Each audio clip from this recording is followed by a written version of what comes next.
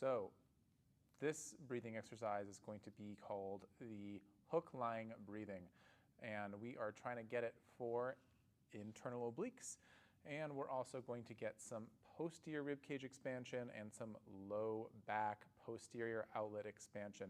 I know those are really big words, but hopefully I covered that in one of our calls, and if you have more questions about it, you can also just get another session with me, let me know. So you're going to be lying on your back on a firm floor. This isn't necessarily firm, but it will do. And you're going to get something underneath your head as well. We don't want our neck doing the job of our rib cage and our lungs and all that stuff. The neck will kick on. So get something underneath your head and have a lie down.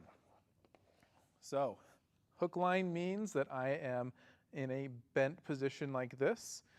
If I've specifically cued it, you might have a different setup. Otherwise, just go with this one. So we have 4 points of contact. We have our heels, particularly the innermost portion of the heel, unless I, of course, otherwise specified that.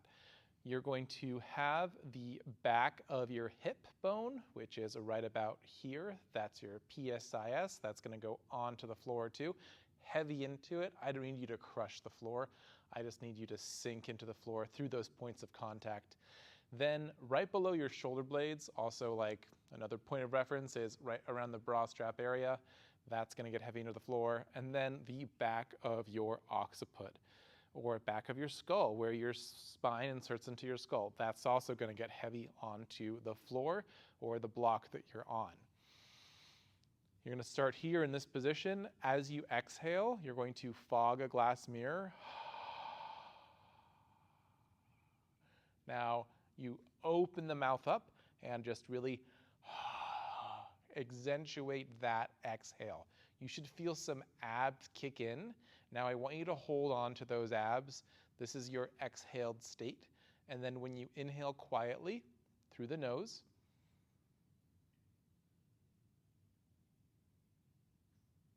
that breath should go down into your pelvic floor, into your posterior outlet, and into your rib cage. You should feel some length happening. What we don't want to do, we don't want to heavy breathe in. That's going to really pull on the neck muscles. And I don't want you to try to force air into where it's not going.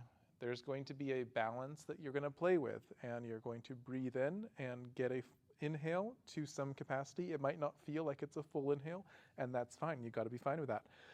And then you're going to just keep breathing. Each inhale will feel different, more expansive than the last, as you slowly change and expand more space within your system. There's another way of exhaling, which is to blow out some candles.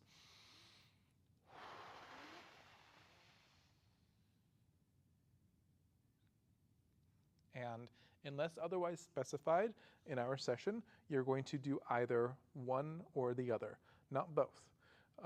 And so stick with one of those 2 exhales and keep breathing, using this exercise daily to feel expansion and pressure change within your system. And yeah,